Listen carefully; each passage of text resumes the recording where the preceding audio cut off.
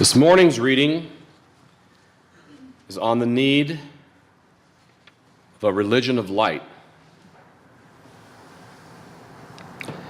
And the common people subject to the powers of darkness, though they know it not, shall inquire as to the need of any religion in the world.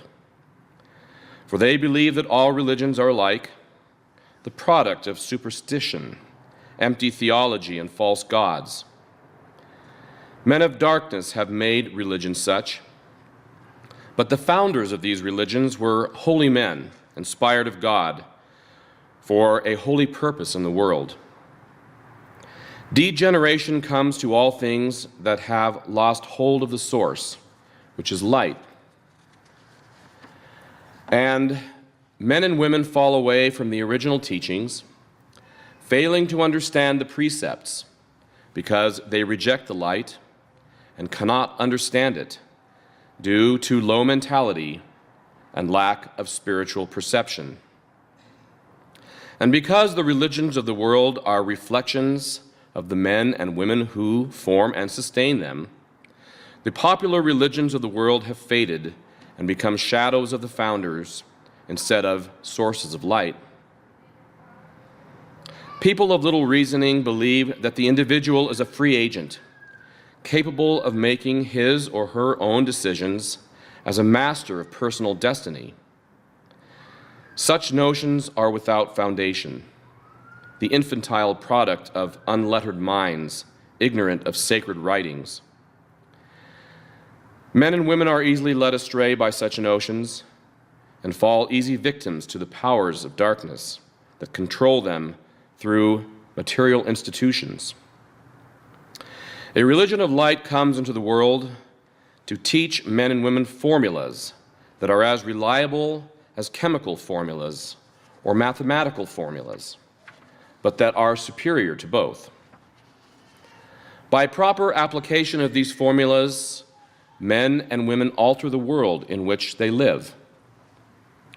For philosophical formulas exist, which the common man can apply to change himself into a higher being that understands divine reason that is beyond the understanding of unenlightened people.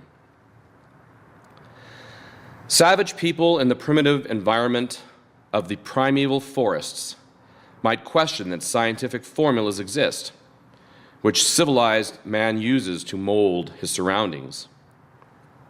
Civilized people may doubt the existence of an exact religion with formulas that can be applied in harmony with natural forces to transmute an individual from a low type to a high type. But ignorance is the fault of everyone everywhere and is not restricted to the primitive. For compared to enlightened men and women of light, unenlightened men and women are as primitive types compared to civilized types.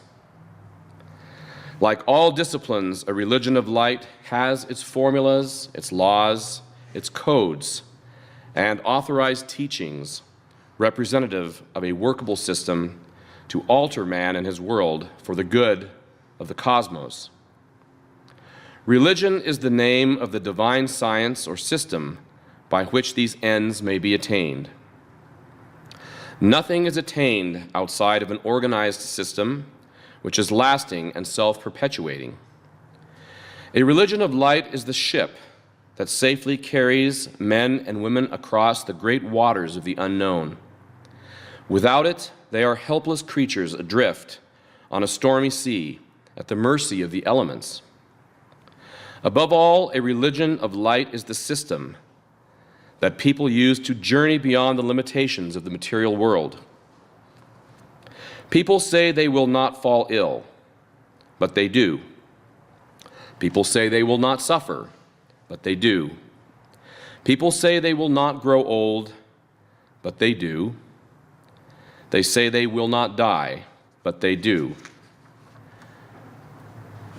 They say they will be saved, yet they are not.